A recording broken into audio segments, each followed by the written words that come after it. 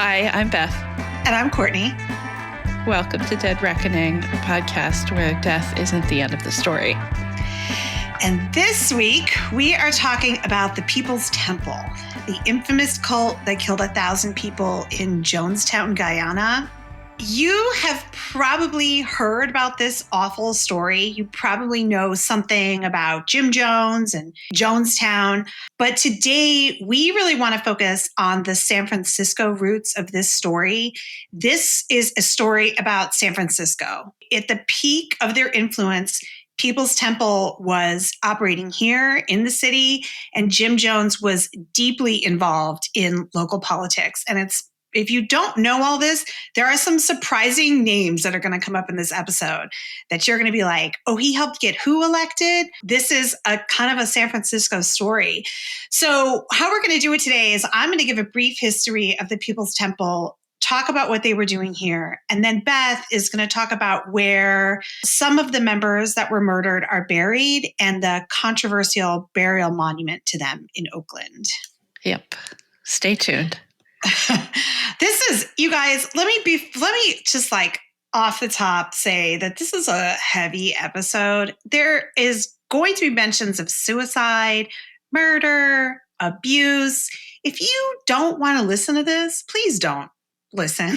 Go back and listen to one of our more cheerful podcasts. Like I would suggest maybe The Pest House, because that was a long time ago and it doesn't hurt as much to hear about about that. This is kind of a rough one. I've been thinking a lot about that quote that says comedy is like tragedy plus time. But I think even with this one, it's not. It's just still tragedy. It's rough and it's kind of long. I want to really, my interest is really in focusing on what happened here in San Francisco, but also, and I was telling Beth and Carolyn before we recorded, I want to do a good job on this. I know Beth does too. We've done a lot of research on it, and I don't want to skip over the bad parts just because they're horrible. Like I think it's important to the story and to understanding what really happened there, and that these were like our neighbors that were killed in Guyana. Quick note on my sources. There are many of them. I have been eyeballs deep in Jonestown for a couple weeks now. Here we go. The first book I read was called 1,000 Lives by Julia Shears, and it's really good. It's really readable. It's excellent. It's detailed, but not like too granular. She did a really good job on it. The next book is Season of the Witch by David Talbot. This is a book about San Francisco in the 1970s, and it's excellent. Especially if you live here, you need to go get this book because it really explains how the hippies transitioned into the 1970s, how it went from like the summer of love to like the summer of meth and serial killers. It's excellent. You should read it. The third big resource that I used for this episode is Last Podcast on the Left, which is one of my favorite podcasts. They did a 5-episode series on Jonestown that's pretty granular. And that one has a lot of good information in it. And comedy is history plus time or something, Beth. They are very funny. But the thing about Last Podcast is they're funny in the way where they make fun of the bad people. It is a digestible way to get that history because there's some comedy in there too. So to understand the story of Jonestown, we got to talk about Jim Jones, the infamous fucking Jim Jones with the sunglasses and the leisure suits, Elvis Presley hair. Jim Jones was born in Indiana. He got his start preaching there, and he started off as a good guy. This is another part of the story that I think people don't know. Jim Jones was a genuine reformer in the beginning who really cared about civil rights. He cared about Black people in Indianapolis, which is not true of the other white people there. This was in the 1950s. This is before the Civil Rights Act. Indianapolis was pretty segregated. Businesses were segregated. I'm pretty sure the Ku Klux Klan was born in Indiana, but don't quote me on that. Indianapolis in the 1950s, Jim Jones actually opened a church on the Black side of town. His demographic and his congregation was mostly Black people. In fact, mostly Black women. And that would continue throughout his reign. He adopted kids of different races. He did a lot of civil rights work in town. He was eventually named the first human rights commissioner of Indianapolis. True story. He started off good. I mean, he probably always had the intention to lead a cult or want power, but I think it is interesting.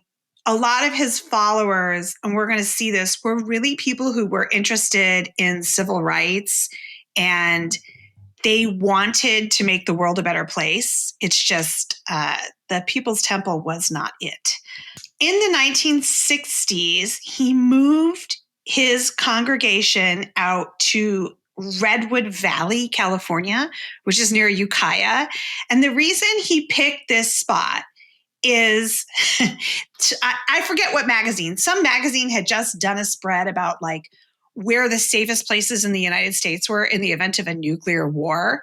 And Redwood Valley was one of those places. Jim Jones was always fucking paranoid and weird, but also this was like a thing it's kind of like a threat that he used to scare his congregation into moving out there, right? He kind of used this as like there could be nuclear war, we got to go move.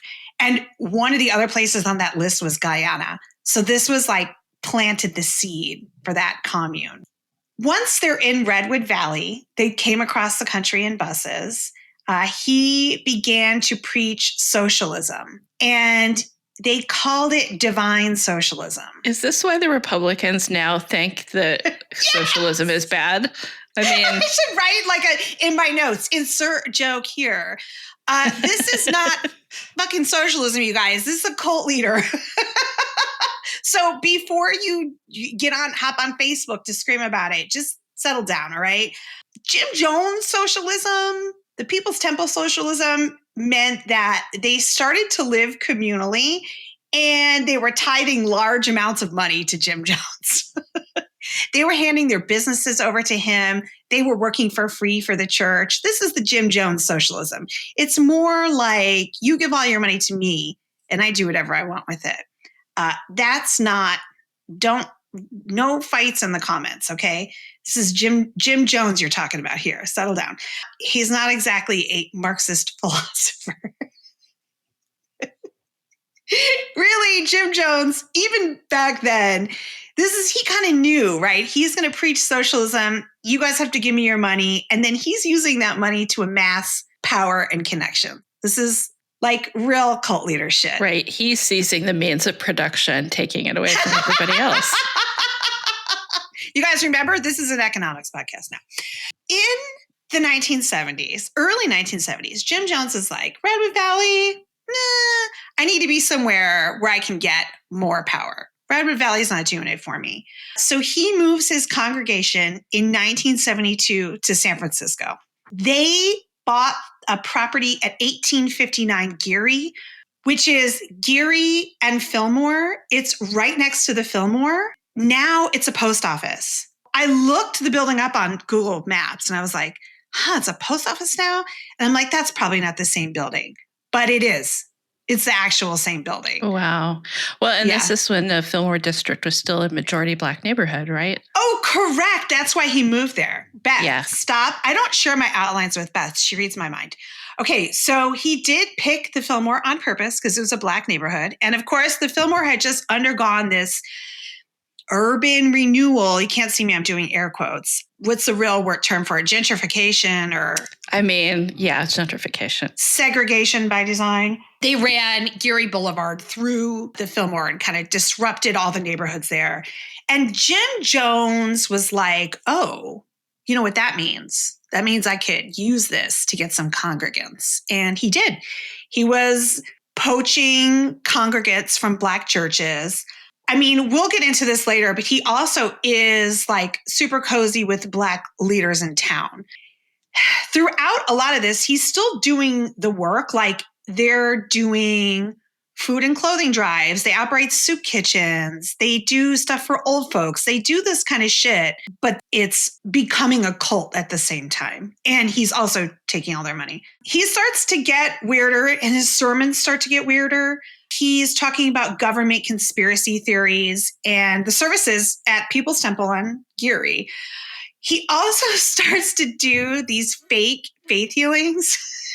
One of the reasons why this episode is going to be so long, this outline is so long, is because there's so many crazy stories that like you got to know because they're wild. So one of the things he would do is he drugged an old lady with Quaaludes because Jim Jones loved drugs himself. We'll get into it. He eventually became a full-blown drug addict. But he drugged an old lady with his Quaaludes. Don't you wish Quaaludes were still a thing?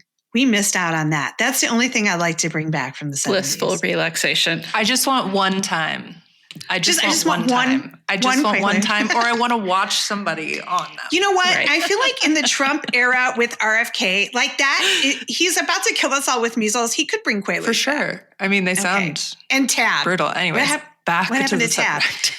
Okay, so he drugged her. Then they put a cast on her leg. And when she woke up, they told her that she had fallen, hit in her head, passed out, and broke her leg. Jim Jones came up and healed her leg with his magic, religious, divine socialism powers. Oh, no. They actually fucking did that. Does she buy it? I don't know. I don't know. Julia Shears did not say.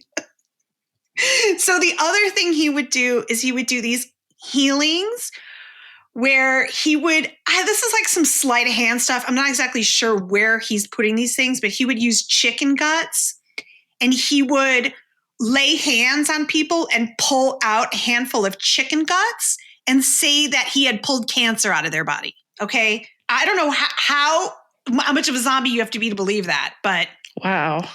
He did that. He did that. He is also at this time, he's starting to talk about the promised land. Of course, this is biblical stuff, right? He has Guyana on his radar from his nuclear war paranoia days. And apparently Guyana was also a newly minted socialist republic or country. So he secretly buys land out there. So, he's got money because he's taking all this money from his congregation. He starts telling people about it. And then he starts telling them that they need to work towards funding it. And by that, I mean, he sends them out to panhandle and beg on the streets. Ugh. So great. You're in San Francisco in the 1970s and you're seeing People's Temple, people out on the corners asking for money to fund their commune. That was just like a fact of life, right? So people are seeing this. He amassed a very large following here and in LA. Maybe you'll talk about this later, but like, what were his pitches to people? Like, why were they going for it? Well, part of it was that you could be part of this community that was like hooked into this social network in the city that was doing good work. So he had different pitches from what I understand to white people and to Black people. To Black people, he was like, I'm in it for the revolution. I'm in it for the struggle. And then he would kind of pitch it to white people like, oh, you can do real work for the Black community and also for poor people and it was kind of a social justice pitch. And at that time, of course, these ideas are becoming popular in America. And he's using that to mobilize people. And then, of course, once they get in the door, it's cult leader manipulation shit. He has 8,000 members that he can call on at any given time, which makes him a political powerhouse in the city. If you need something, he can turn people out to protest, to city hall meetings, to the polls, things like that, right? Yeah, he's got basically his own volunteer network / army. Yeah, he's an organizer. Shout out to the organizers. I am one myself. But this is like, that's what he is. He's organizing. He's a community organizer. Anyway, one of his political opponents calls his members the zombie flock because they basically will just do whatever he says. So he becomes very important politically in the city. He's hooked into the Black leadership. He's got a shitload of followers he can call on to do whatever he needs. He has money. He's donating to campaigns. He's donating to organizations. And he has a lot of power and he has visibility. So in 1975, he helps George Moscone get elected mayor. And he also helps Joseph Freitas be elected district attorney. And we're later going to find out he also helps Harvey Milk get elected in 1977. Harvey Milk, if you guys don't know, George Moscone was mayor. Harvey Milk was our first gay supervisor. They were both assassinated in the late 70s. It was within a couple of months of the Jonestown massacre. I remember that much. Like it was just one and then the other, and groovy. It was awful. Yeah. George Moscone was a good mayor. That's why this is a San Francisco story. He also was hooked up with Black leaders like Willie Brown. Dude, Willie Brown is still around too. He's still fucking... Didn't Donald Trump... It's a sidetrack. Side note. Didn't Donald Trump say he got in a plane crash with Willie Brown, but it was a different Black guy? Yes. Willie Brown was like, what is he talking about? Yes. Yes, so Willie Brown is still bopping around the city. Carlton Goodlett Jr., who was a doctor and also ran like a lot of Black press in the city. Angela Davis and Huey Newton, who were part of the Black Power, Black Panthers movement that was happening over in Oakland at the time, and Reverend Cecil Williams of Glide Church, another really big name local guy. They were all friends of friends. I'm doing air quotes. They were allies. They were political allies of Jim Jones. That's amazing because most of those people did really good work in San Francisco and meant a lot to the city. They did. This is kind of the hard part about this story, right? Like Moscone and Milk are local heroes, but there is like a little bit of a dark side to it. And if you're from here, you probably know that the politics in this town are, I don't know how to describe it. I mean, it's small city bullshit. I've heard it described as a knife fight in a phone booth because it's crowded. Everyone here is liberal, but they're like different flavors of liberal, which is, as we know, leads to like the worst fighting. So, I just looked it up, by the way. It wasn't even 2 months. It was about 2 weeks. So Jesus Christ. Jonestown was November 18th, 1978. The assassinations of George Moscone and Harvey Milk were November 27th, 1978. So like 9 days later. Yeah. Awful. The 70s were rough. There was a lot of assassinations going on in the 60s and 70s. Moscone ran against a man named John Barbagalata. He is like a real estate scion. You've probably seen his, like the Barbagalata real estate group is still around. I knew who that was right away because I see that name on like billboards and shit. He accused People's Temple of bussing in non-resident voters to throw that election. And Jim Jones's son says that that was actually true, that they did literally bus in. This is like, I don't know if it's true or not. I don't know. Right. Jones's son says it's true. Who knows, right? Moscone only won by 4,000 votes. So it was a very close election. But they were definitely donating to the campaign and turning people out to the polls, canvassing, this legitimate organizing work they were doing.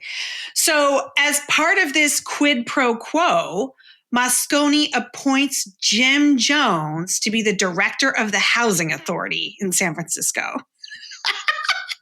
Like, did you know that Jim Jones was the director of the housing authority?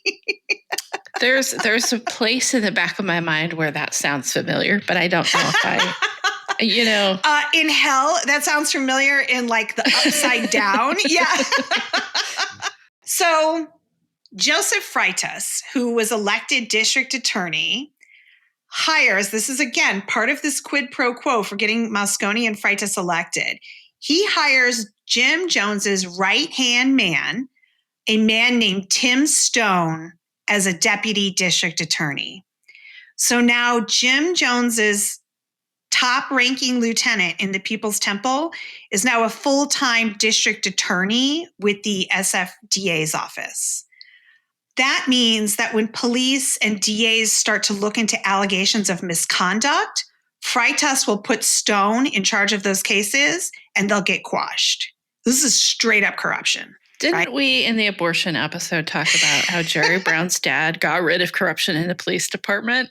Yeah, it was gone. There's no corruption anymore either, Beth. I don't know if you knew that. Half of our planning department is not in federal prison right now. It's fine. I don't know what you're talking about. So is that libelous? I don't know. A lot of them are in prison. It's not libel if they've been convicted of crimes.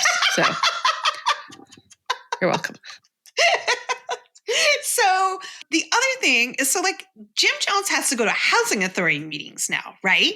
He's the housing authority director, commissioner, whatever it is. He's the head honcho. So these are public meetings where people go to ask questions, make complaints, whatever. He shows up to these meetings in his fucking sunglasses with an entourage of bodyguards who are also in sunglasses. And the bodyguards are black and they look like, it kind of is like a Black Panther coterie there with him at the housing authority meetings. So he's sitting up at the housing authority with an entourage of armed bodyguards. Everyone's wearing sunglasses and he fills the audience with elder members of the People's Temple. And they disrupt the meetings. They cheer for him. They make a lot of noise when someone's complaining. That's the kind of shit they're doing. He also, because he does some old-fashioned corruption shit, he basically sends public housing to his members. Public housing is a scarcity in the city. And so he puts his people in there because we're going to talk about it in a minute. They are now starting to live communally, under Jim Jones's socialist paradise where Jim Jones gets all the money and you get to live in a rat-infested tenement in the Tenderloin while Jim Jones takes your income. Yeah. 1977 is when Harvey Milk is elected. People's Temple helps with that. Milk knew he was insane, but he also kind of said he needed the votes. There's a quote where Harvey Milk told an aide, "Make sure you're always nice to the People's Temple. They're weird and they're dangerous and you don't want to get on their bad side." Oh, shit. Oh, what a quote. Yeah, I was just going to ask, at what point did people know that this was, were they calling it a cult at this point? We are getting there. It is kind of slowly bubbling up. I mean, once you see people panhandling on the street for money, reporters are going to be at these housing authority meetings and be like, what the fuck, right? What's going on here? But people definitely, by this point, knew he was completely shady. Maybe. I don't know if they knew yet. It's still the 1970s. But he is getting more weird, more paranoid, and he also starts closing the temple to the public. Before, it was kind of like open services, any type of church where you just can walk in. He starts closing those now because now he's doing extra weird shit. He's droning on for hours and hours and hours about who knows what. He's conditioning people to sit there and listen to him fucking ramble on and on in these sermons. I will tell you that that's a skill he probably picked up sitting in on public government meetings because it's basically the same thing.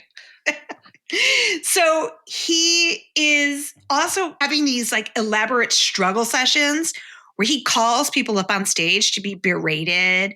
And I mean, this is a cult technique. We all know this, right? He's beating his followers. He's hitting them, or some other temple leader is probably hitting them on stage in front of other people. He's making them box each other as punishment. This is cult leader shit, and it's happening in the 70s. It is becoming, I keep thinking about this cult meter. When you see the needle going, we're halfway up now, right? We're at 12 o'clock. He's also got these armed guards around him at all times. He's starting to wear those fucking sunglasses. It's the iconic cult leader look now. Cult leaders and dictators, which he will kind of become a dictator in South America. He's a full-blown meth addict by this point, and he wears the sunglasses because his eyes are always super bloodshot. The socialism continues to get more extreme. Now he's confiscating all of people's property. So their real property, people are turning over titles and deeds. They're turning over businesses. They're turning over their full salaries, everything they own. They are now no longer allowed to have private possessions. Everything is property of the temple, aka property of Jim Jones. He begins to assign them to communal living situations, which are not great, okay? Because he's using all of his money for the shit he wants, and Jonestown and Guyana and all this stuff. He's putting these people in public housing units and also in cheap apartments, literally in the Tenderloin. And some people are actually sleeping and living in the temple itself. He is telling people who they can date, who they can't date, who they can marry, who can have kids. He's also perving on his congregants. He is having sex with men and women in the congregation. Yeah, I was wondering when the sex part would come in. Oh, yeah. Every cult leader, right? Yeah. So he is having sex with like whoever he wants.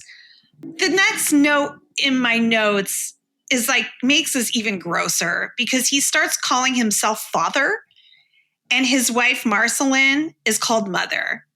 So father is having sex with his congregants. He's getting a lot of them pregnant and making them get abortions. The only ones who can stay pregnant are the ones he wants to reproduce, by the way. Speaking of abortions, Beth. Shit is already getting really dangerous for these people, and they haven't even left San Francisco yet. So like already in the 70s, the mid 70s, it's getting shady and dangerous, and he's making it very hard for people to leave. This is another well-known cult tactic. He has all their money. He has spies everywhere, right? People are informing on each other. He makes people sign false confessions to fake crimes so that he can blackmail them. He is conditioning them with fear and paranoia. You know, so it is sometimes hard to take this man seriously because he does the goofiest shit. Okay, so like first it's like chicken guts. I pulled the cancer out of you. And he also stages fake assassination attempts on himself. What? One of these happened in the city. He had someone fire a gun, just fire it into the air. He had like a blood bag in his shirt that he fell to the ground and popped open. Several of his aides and family members rushed him inside and people thought he was dead. Like the congregants were wailing, all this shit carrying on. And then they come out and say he healed himself magically because he's Jim Jones and he's used his divine socialism to heal himself. Like that is some goofy shit, but it worked because these people were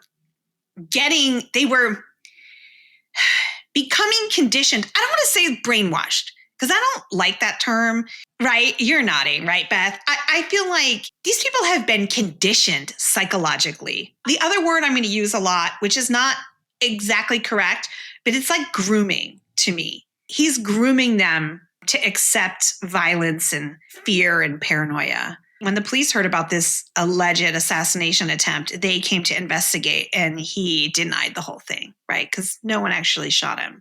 He fired a gun in the air and did some Three Stooges bullshit where he fell on the floor and rolled around and came up covered in blood. He also starts, just like a trigger warning on everybody, the word suicide's about to come up a lot. So I know that's like a sensitive one. I'm just going to say this now before I even get into it. These people did not commit mass suicide. This was a mass murder. Most modern scholarship agrees with me on this, but I'm going to be using this language because this is the language that Jim Jones is using to his congregants. In 1968, he does his first, I'm going to call it a suicide drill. Okay. He passed out cups of champagne at a New Year's party, waited till everyone had drank it, and then told them there was poison in it and they were going to die.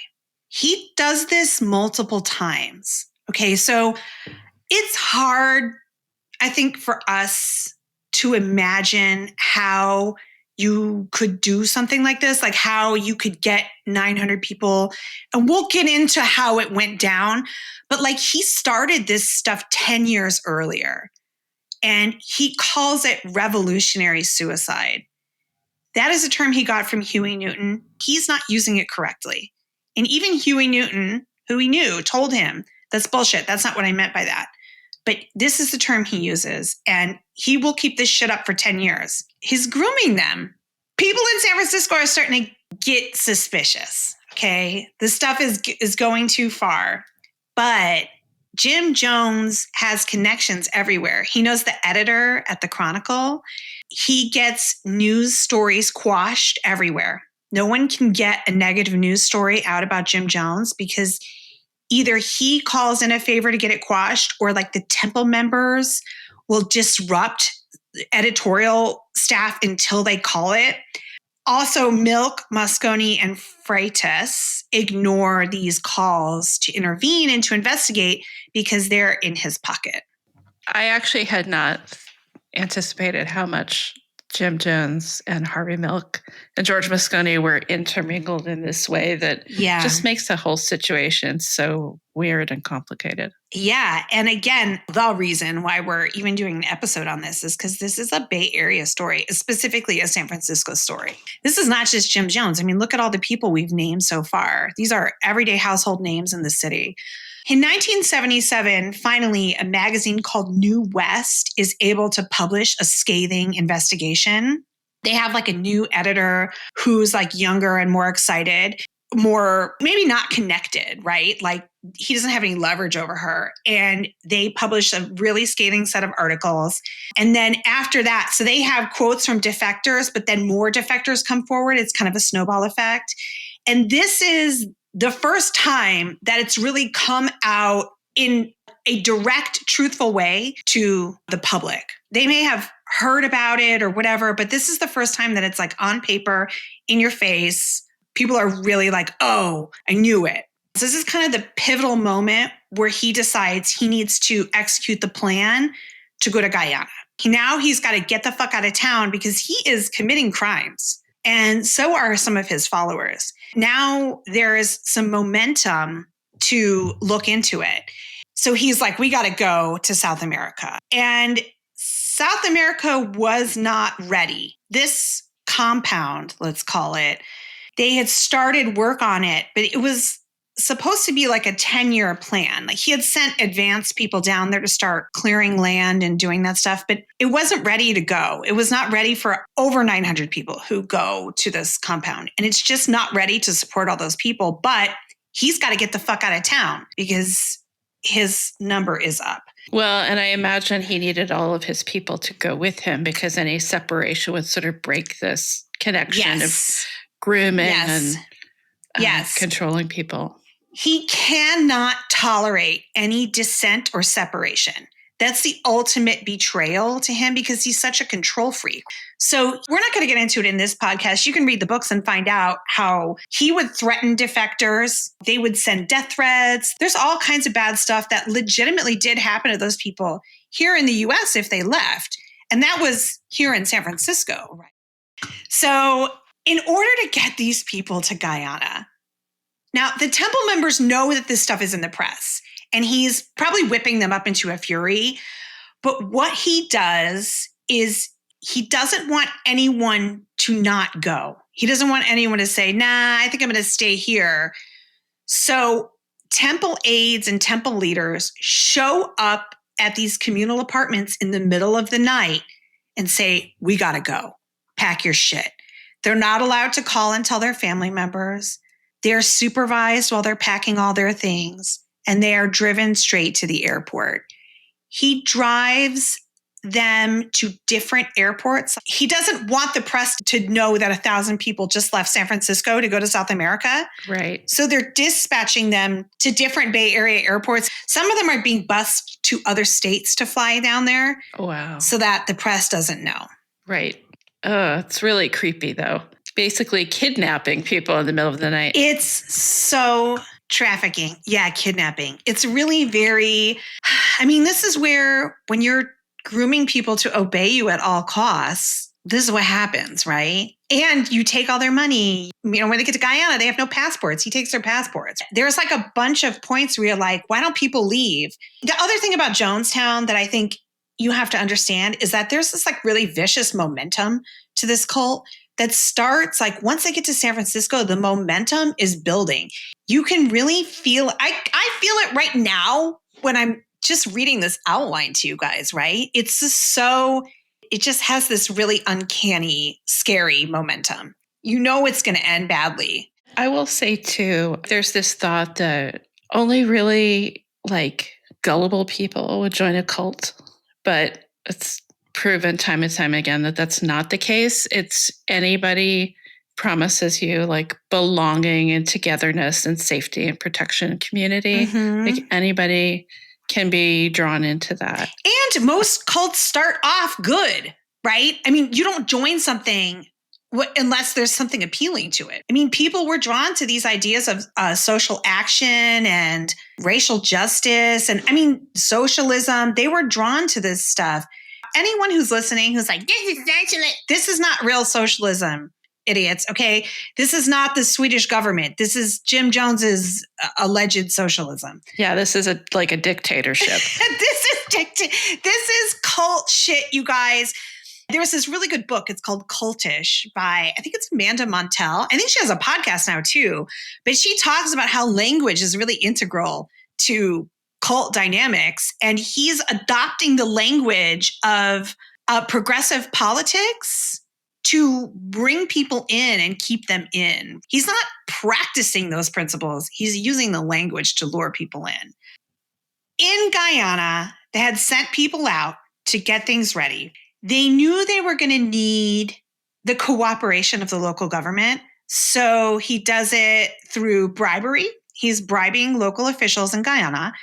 He is pimping out female temple members to date and sleep with the officials in Guyana.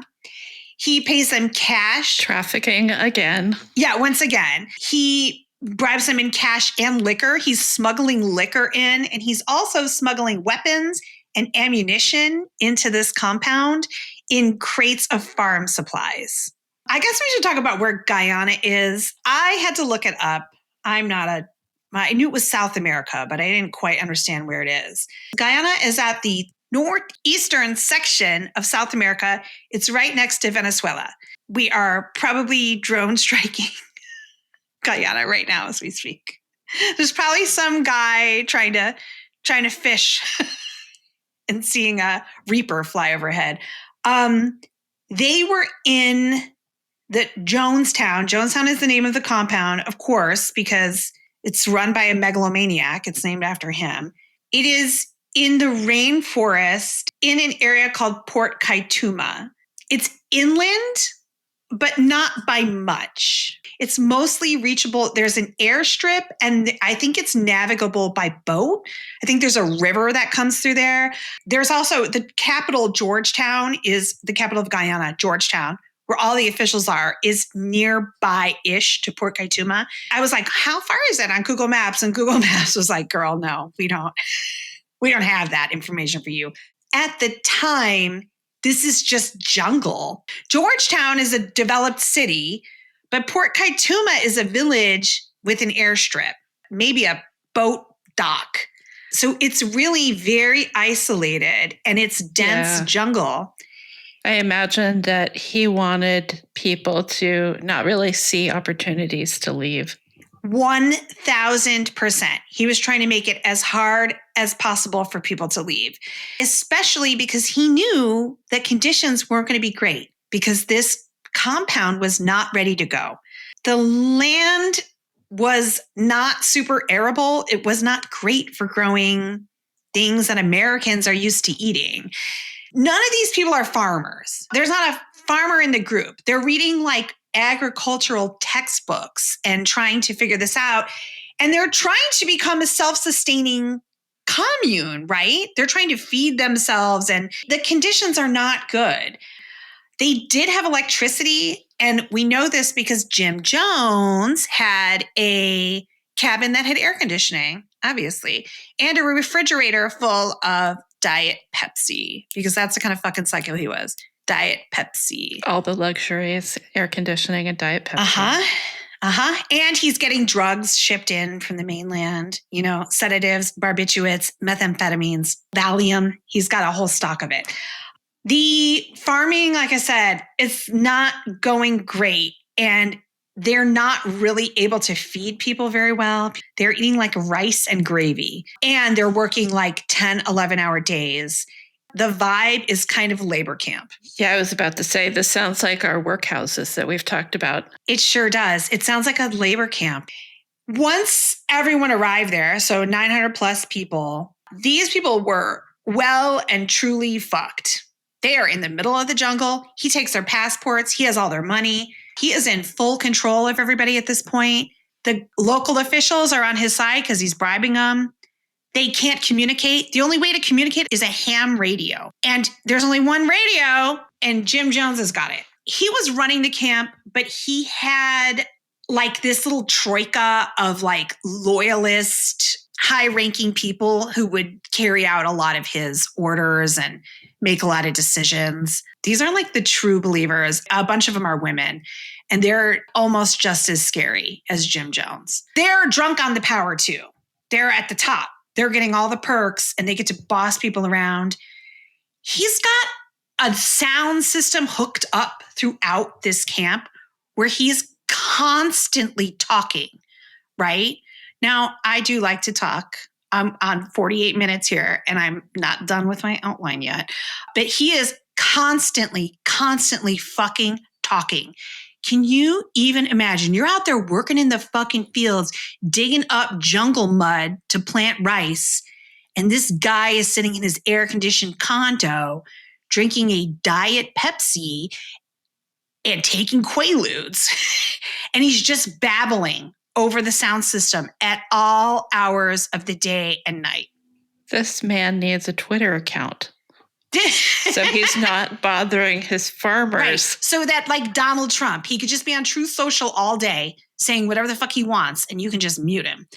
They were only there for about a year, which is also like, once this train left the tracks, it moved very, very quickly. So they're only there about a year. And the whole time they're there, Jim Jones is talking about death constantly. And he's bringing up this idea of revolutionary suicide constantly. Constantly. They're always hearing about it. He would have these things that he called white nights, which were, I don't know how to describe this. I'll just tell you what it was. He would wake people up in a panic in the middle of the night, like, emergency, emergency, come to the pavilion. The pavilion is the like town square of the compound. He would, like in a panic, get everybody, oh my God, what's going on? Run to the thing. And then he would just hold them hostage there, rambling on and on and on, talking about revolutionary suicide. And then he would take a vote. He would say, who's with me? And at first, not even the top-ranking people would raise their hands. But over time, he wore these people down. They're very tired. They're not getting enough food. All they want to do is go back to bed. The shock is wearing off. Like, if he keeps talking about it every night, it becomes less and less shocking. If they didn't raise their hands, it could lead to like a crackdown, right? You could be punished for it. There could be group punishments for it.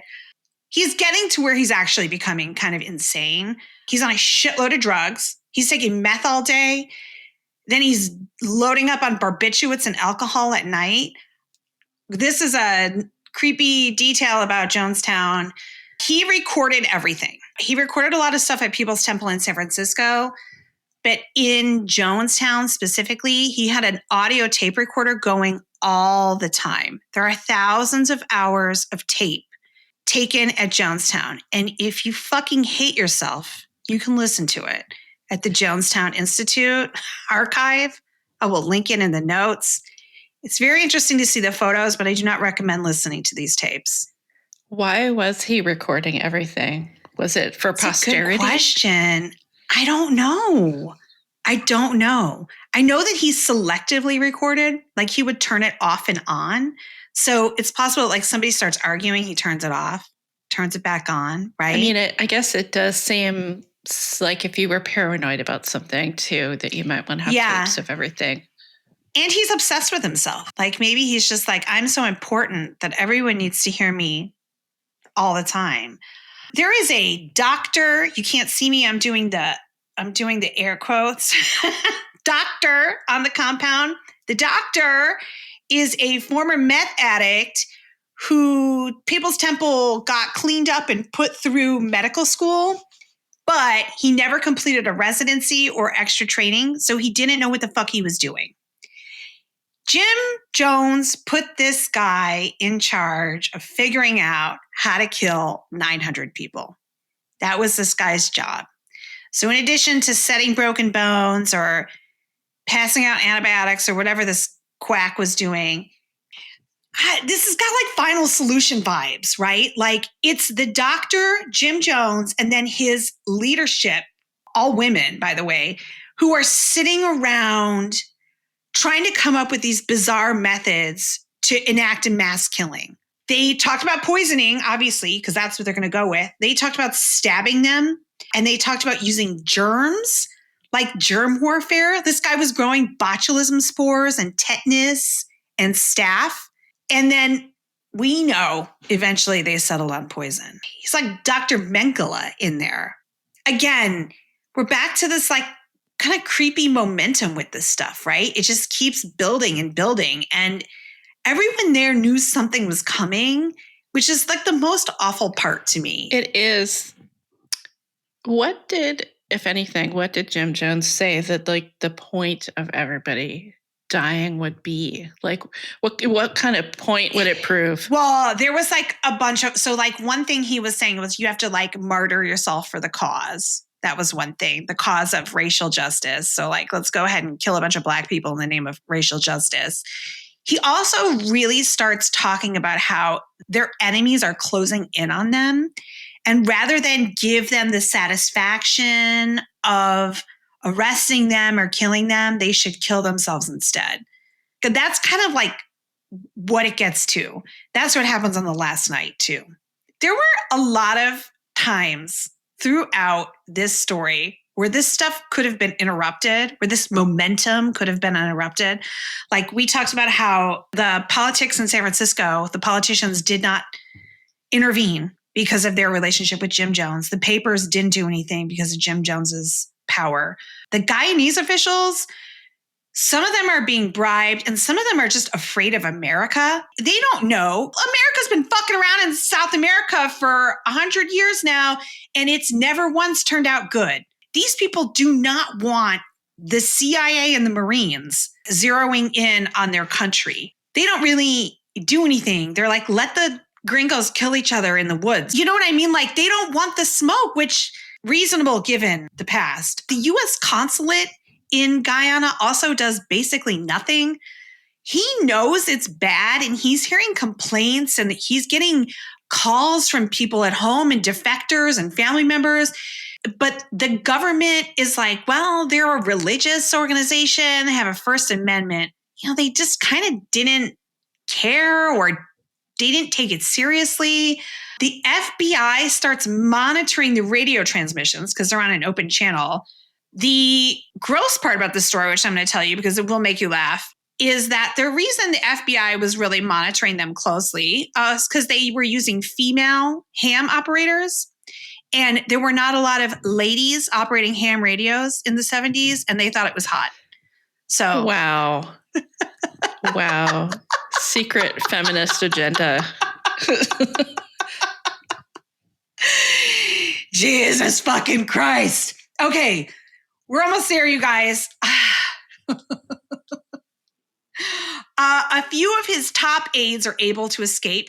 And, you know, because like the top guys can travel freely. A bunch of them defect and come home and say, you got to do something. He's out of control. Porters try to go down there and they're blocked and kicked out by customs officials there because they're being bribed to do that. Jim Jones is ratcheting up the pressure as we go, talking more and more about how the CIA is coming for them. The Guyanese army are coming for them. The defectors are coming for them and they're going to kill them. They're going to attack them.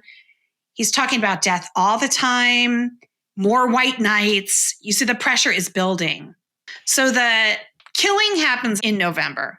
In September of that year, he holds another suicide drill. He tells people he's poisoning them, but they mostly don't believe him. This time, though, the guards circle around them, armed guards, and force them to drink it. And this time it was just a drink. There was no poison in it.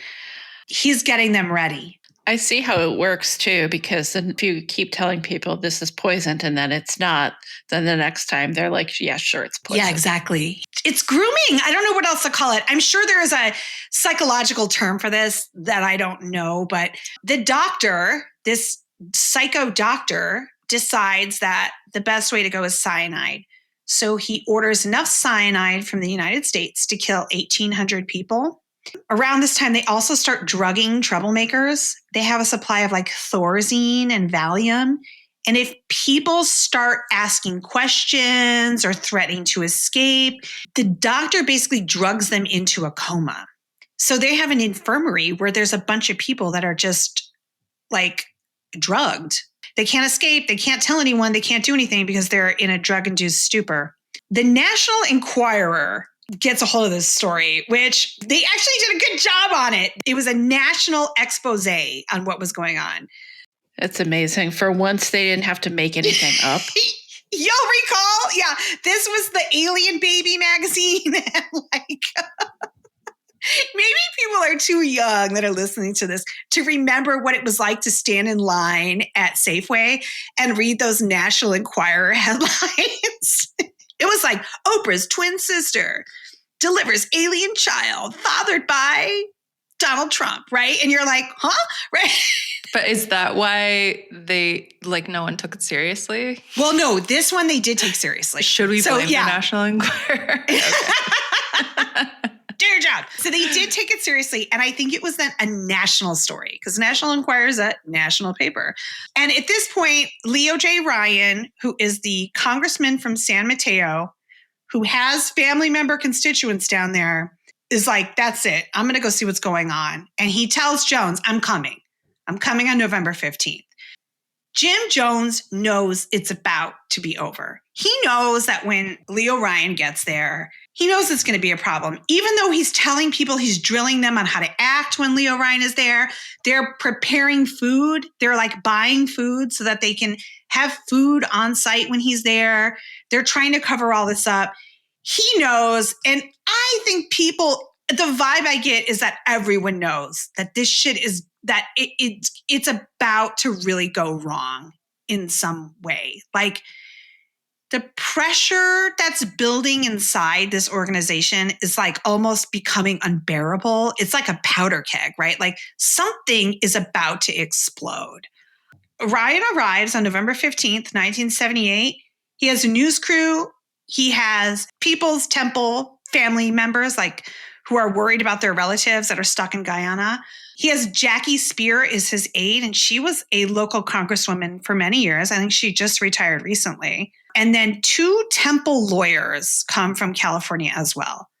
And their plan is to try to keep Jim Jones on the straight and narrow while this congressman is here and to try to convince the congressman that everything's okay. Spoiler alert, those 2 lawyers escape into the jungle, and they do escape and make it to safety, which is wild.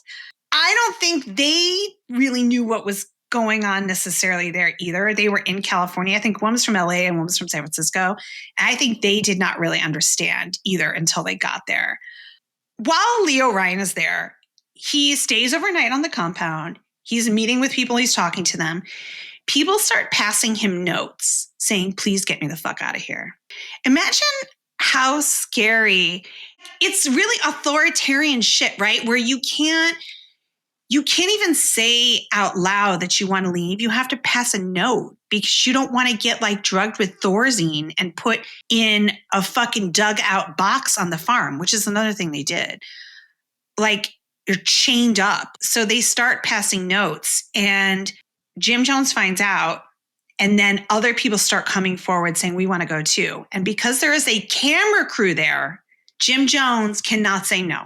He knows there's a camera crew and there's a congressman there. So he's like, okay, I guess you guys can go, but we'll miss you, blah, blah, blah, right? That's obviously not true because once I think he leaves with like 15 or 20 people, 15 or 20 defectors. And Leo Ryan has chartered 2 planes that are at this Port Kaituma airstrip. When Leo Ryan leaves with the defectors, Jim Jones sends a truck full of armed guards behind him. And right when they get to the airstrip, the armed guards open fire. They kill 5 people, including the congressman. I think a dozen people are injured. One of the guys they sent was a defector with a concealed weapon who got on the plane and started shooting people, but they got the gun away from him. And that guy was actually charged with a crime back in California. So exactly one person was held accountable. Yeah, Jackie Spear was one of those who was injured that survived. She took a bullet in the leg, if I recall. Yeah. Just awful. It's really scary. That's the other thing about this story is it's so frightening. It's very scary. It's kind of like a horror movie. This, of course, is the event that precipitates the mass murder. And I'm sorry, I know this is a long episode, you guys. I really wanted everyone to understand everything that led up to this and like how this happened. I think there is value in understanding how, and also in seeing all these places where he could have been stopped and he wasn't.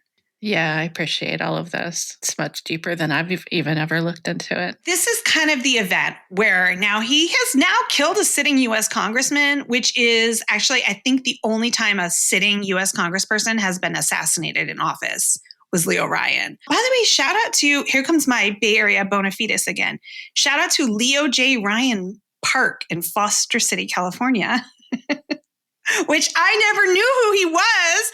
It was just Leo J. Ryan Park. That's the big park in the middle where all the shit is. And I was obviously a small child when this happened. So I didn't know, I had no idea who Leo Ryan was until I learned about Jonestown. So they got a bunch of shit named for him there, which is good. Leo Ryan is the only hero in this story.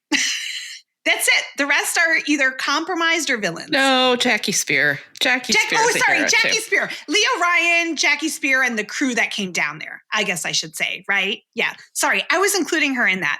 I like her. She's good. But not the 2 lawyers that escaped into the jungle. No, but you know what? They had to pay. They had to walk through the Guyanese jungle in like their tasseled loafers and their fucking, you know what I mean? Like, they paid. I want to say this other thing, which I was thinking about as I was doing this story. I kind of see him, Jim Jones, as like a family annihilator. Family annihilators, if you guys don't know, they are people who kill their families and then themselves. It's usually men, although not always. We recently had a case in San Francisco with the mother. Really awful. Usually what happens with these people is they kill everyone when it's about to be revealed who they really are or what their lives are really like they're out of money or someone committed a crime or someone's having an affair, and they cannot handle that. And so they take everyone with them. And that's kind of how I see Jim Jones, right? He knew that the mask was off. He was going to be exposed big time. He was probably going to go to prison. And then all of these people, the spell would be broken. Everyone would know all of this stuff that he worked for 15 years to keep private.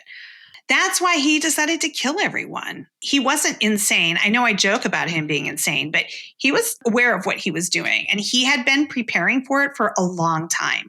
It's back to 1968, at least, that we know that he was preparing to murder his entire congregation. I think also partly one of the reasons why I think it made it easier for him to call it suicide instead of I am murdering 900 people. I think that's another part of the motivation for using that term. Oh, yeah, for sure. Right? As soon as all this happened, he calls an emergency meeting. He tells people that the Guyanese army is coming. He says, we killed this congressman. We had to kill him. We had to defend ourselves. And now the army is on its way. And they are going to torture and murder all of us. Yeah. Then 25 armed guards show up and circle the pavilion. Everyone knew, I think, this time that it was real. They wheeled out a drum that had a big C stamped on the side for cyanide. In the drum was a mixture of potassium cyanide, Valium, chloral hydrate, potassium chloride, and Flavorade. Not Kool-Aid, okay? Also, once again, if you hate yourself, you can go listen to the tape. It is all recorded. There's several hours of tape.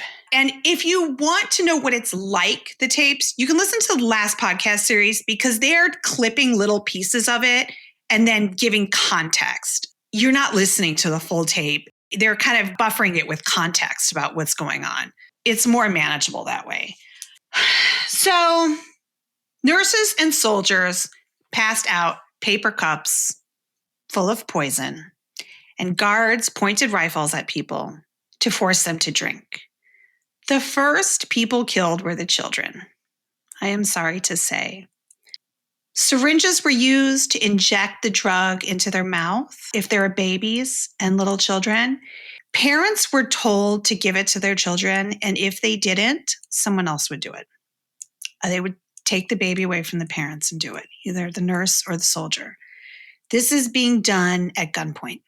There were 304 minors killed that day. 300 kids. People walked off with their children to suffocate to death in the fields around the pavilion.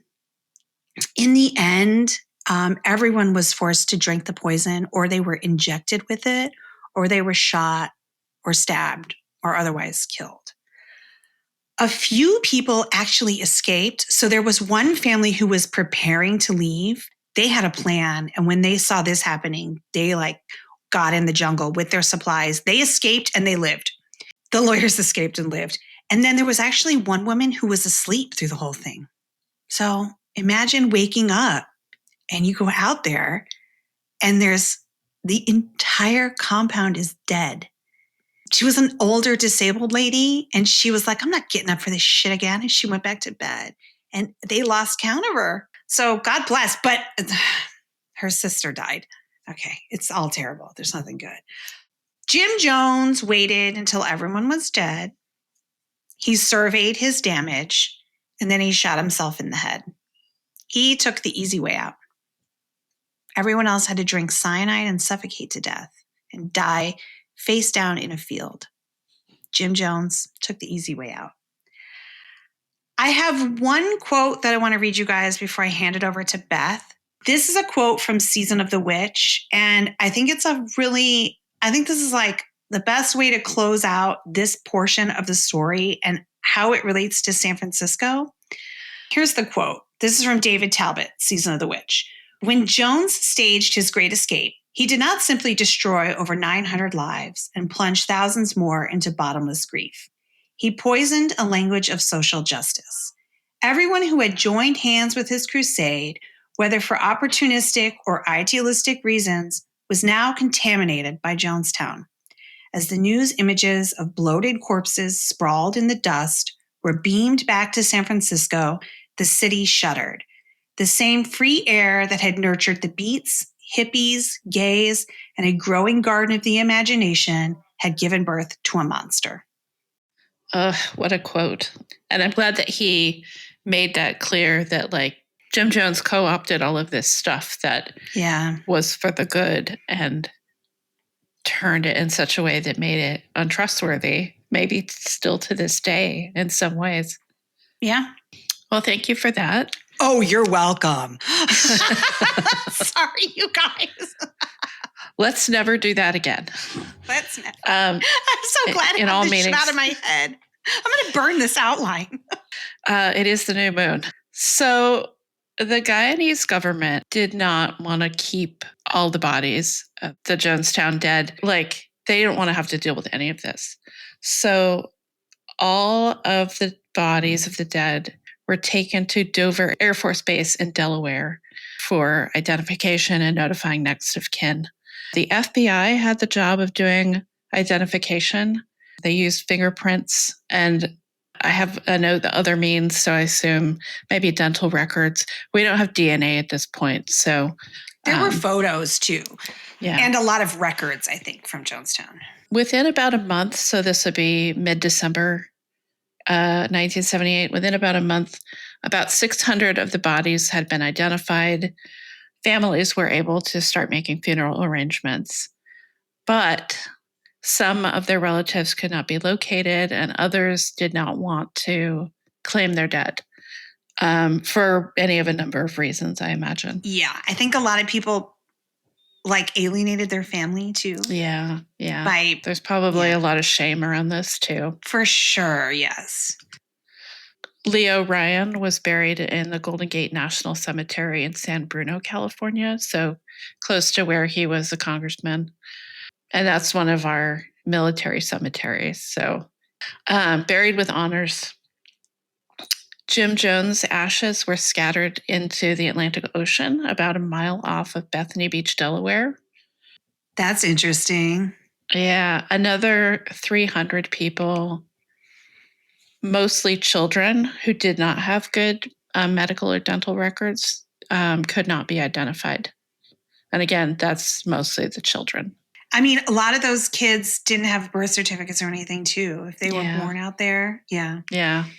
6 months later, in May 1979, the San Francisco Council of Churches formed this group called the Guyana Emergency Relief Committee to arrange to bury all of the unclaimed dead from Jonestown. And this was about 410 people. There's a cemetery in Oakland called Evergreen Cemetery.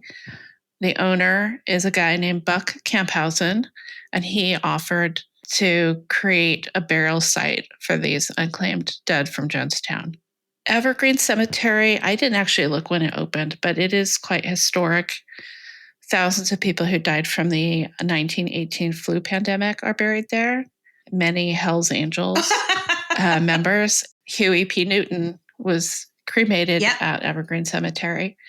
You know, this guy, Buck Camphausen, he's like, I have this space near the crematory in the cemetery, and I'll donate this land to bury all of these people. He bought concrete burial boxes, started again with the children, and it took about a month to bury everybody. That's a lot of people. Yes. It's not, I mean, it's not technically a mass grave, is it, Beth? But it's much more intentional, I guess, than that. Yeah. There's a site where we'll get into it, but there's these memorial markers now. But then around that burial place, people who were related to the Jonestown dead are also buried. So when they died later or something else, so they could be near their family members. Yeah, I like that. However, it took until 2011 to create some kind of memorial to these people. Like a marker? I didn't get into all of the history of it, but there was a lot of debate, a lot of fighting, a lot of disagreement about what it should look like and who should be included. And notably, there was a lot of fighting over whether Jim Jones's name should be included. So this is, again, a burial site with about 415 people. But the markers that are there have the names of everybody who died that day. Oh, all 900 plus. Yeah. Jim Jones's family wanted his name to be included. Obviously, some of the survivors' families did not. And fuck off. First of all, who even are you? Go put your hand down, right? Mm-hmm. Ultimately, it was decided that his name should be on there because it's a matter of historical record. That's fucking bullshit. Yeah, sorry, Beth. Yeah. Sorry. I'm interrupting you with my commentary. Tell the story. Obviously, he was horrible. But also I see the value in saying this is part of the history. So I went out there in October of 2025 because I'd never seen this place before. And so I looked at all of there's these 4 plaques on the ground surrounded by rocks. It's really tidy. There's usually flowers put out there for the dead. Now, again, Jim Jones's name is on here, but people have been working on scratching it out. So I like this little bit of like community activism. Yeah. I'm sorry. I understand that, like, I don't want his fucking name on there either, right? Yeah. Like, we all know who it was. I get it. But also, I think it's kind of ridiculous that they even took input from the family. Like, sorry, you guys. Yeah. I mean, on the plus side, Leo Ryan's name is on there, along with the others who were killed on the airstrip. So, again, everybody. Wait, can I ask you a question, Beth? Mm-hmm. Was Leo Ryan in the military, or did he get to be buried at the National Cemetery because he was a congressperson? Do you know? I don't know the answer to that. Okay. I was just curious. The surviving families tend to have a memorial. They go out to the site in Oakland every year and, pay their respects and maybe go out to dinner afterwards. But it's getting to be a smaller and smaller group as people get older. Unfortunately, Buck Camphausen, the person who kindly donated this land on one of his cemeteries, is now in a lot of legal trouble. Uh-oh. He's not running a cult, is he? No, it's not quite that bad. Not practicing divine socialism? Yeah. He owns 4 cemeteries. So Evergreen Cemetery in Oakland, Mount Tamalpais Cemetery in San Rafael, Skyview Memorial Lawn in Vallejo, and the Chapel of the Light in Fresno. I think he lives in Vallejo, which is sort of like Northeast Bay for people who don't know. Running a funeral business, is not always financially viable. And I don't know what the deal is with his finances necessarily. But a couple of years ago, he started this religious organization that he called Evergreen Ministries, because this is a way for him to not have that expense on his books, so to speak. However, when he did that, he you need to have a permit to operate a cemetery unless you are a religious organization. So when he started Evergreen Ministries, he let the licenses or the permits lapse. There's a state agency, the Cemetery Funeral Bureau, that you have to license with. And so he let all of those lapse. And in spring of this year, after a lot of legal stuff, those 4 cemeteries were ordered to close. However, as far as I can tell, they're still operating. Like I said, I went to Evergreen just in October. It's not closed. Maybe he can't bury anyone new? It's possible. I tried to reach out to the Cemetery Bureau and find out what's going on and like how these cemeteries are operating and what the legal status is. I think Camphausen, because it was actually a court ruling that allowed the Cemetery Bureau to order closure, I think Camp has appealed to the appellate courts here in California, but I couldn't find the case in the case search. So it's really unclear what's happening. Infamously right now. Not a great search tool, by the way. In addition to being ordered to stop any cemetery business, including interments, and he's supposed to sell these properties, he's supposed to pay $5,000 fine for each of the cemeteries. Could add up. Like if he continues to run them, he has to pay that amount of money. It really is in limbo. And unfortunately, that means that this Jonestown memorial is also in limbo. I mean, I guess the ideal outcome would be for somebody else to buy the cemetery or to buy all of these cemeteries. Camphausen denied that his cemeteries were operating without the proper permits. And he said, you don't need a license to be a church. So all the churches that have cemeteries, they don't have to make reports to the Cemetery Bureau. I think he thinks he's being really smart and he figured this out, but it's not really going in his favor. He read Dianetics and he was like, here I go.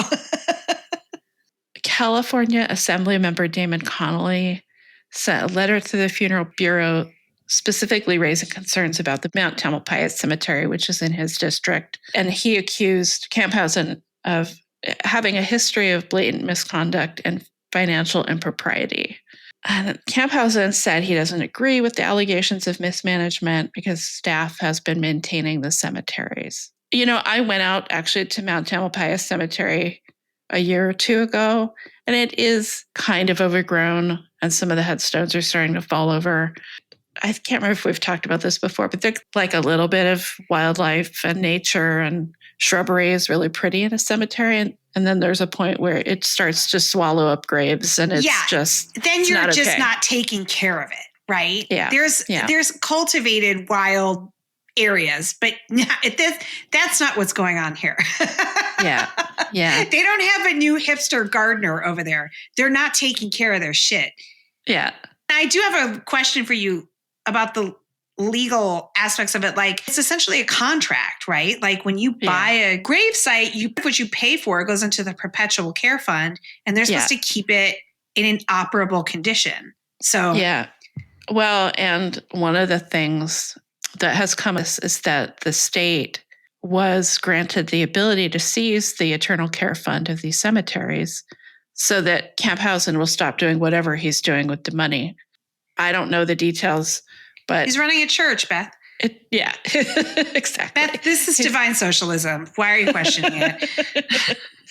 I understand that Camphausen has other shady business stuff happening in Vallejo, and also I think he had a stroke a couple of years ago, so his health is declining, which just makes everything more complicated and worse. And like I said, I think it would be great if somebody else, I don't know who's going around buying cemeteries right now.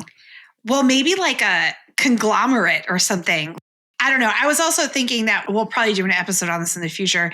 There are a lot of people who get in over their heads with cemeteries, funeral homes, crematoriums. Like, there have been numerous fucking podcasts about this already, different parts of the country where, and a lot of times, unfortunately, it's like when older folks can't take care of it anymore. And it's not just a set it and forget it business, right? Yeah. Like, it's not a turnkey operation. Like, you got to be out there, and they just they get overwhelmed. They don't have the staff. You can't pay your gardeners. You can't, there are much worse cases of what happens when a funeral home business goes wrong. Sure. Like, just watch The Mortician on HBO. But this is not that, I guess. No. Right? It is at least not that bad. It's just some light tax fraud. Yeah. Some light mismanagement of cemeteries and a little bit of things getting weedy. But, when I went out to Mount Tamalpais Cemetery, they actually have signs that say, like, telling visitors to, like, look after their messes and take care of the grounds. And I'm like, it's a little bit rich from somebody who's not taking care of the grounds. Yeah, like, that's not our job. Hey, family members, you paid for perpetual care, so get out here and perpetuate it, right? What will happen to these cemeteries and to Jonestown's memorial here? It's up in the air. I hope that it comes out okay, but it's really hard to say at this point. Yeah. Another, like, weird local angle, right? Yeah. This story is just bad all the way down. There's nothing good. Leo J. Ryan Park has beautiful fireworks everywhere. In the 1980s, people used to windsurf in that fucking lagoon. I don't know if they still do that. You couldn't pay me Probably. that water. Probably. It used to be full of jellyfish when I was growing up. Oh, wow. Nice. So thanks for everyone who has been listening to us through this long journey through Jonestown then and now. And we hope that you learned something new. It has been, like, consuming me for a couple weeks now, and I'm ready to put it to rest. But it is like, I'm glad that we can talk about it and I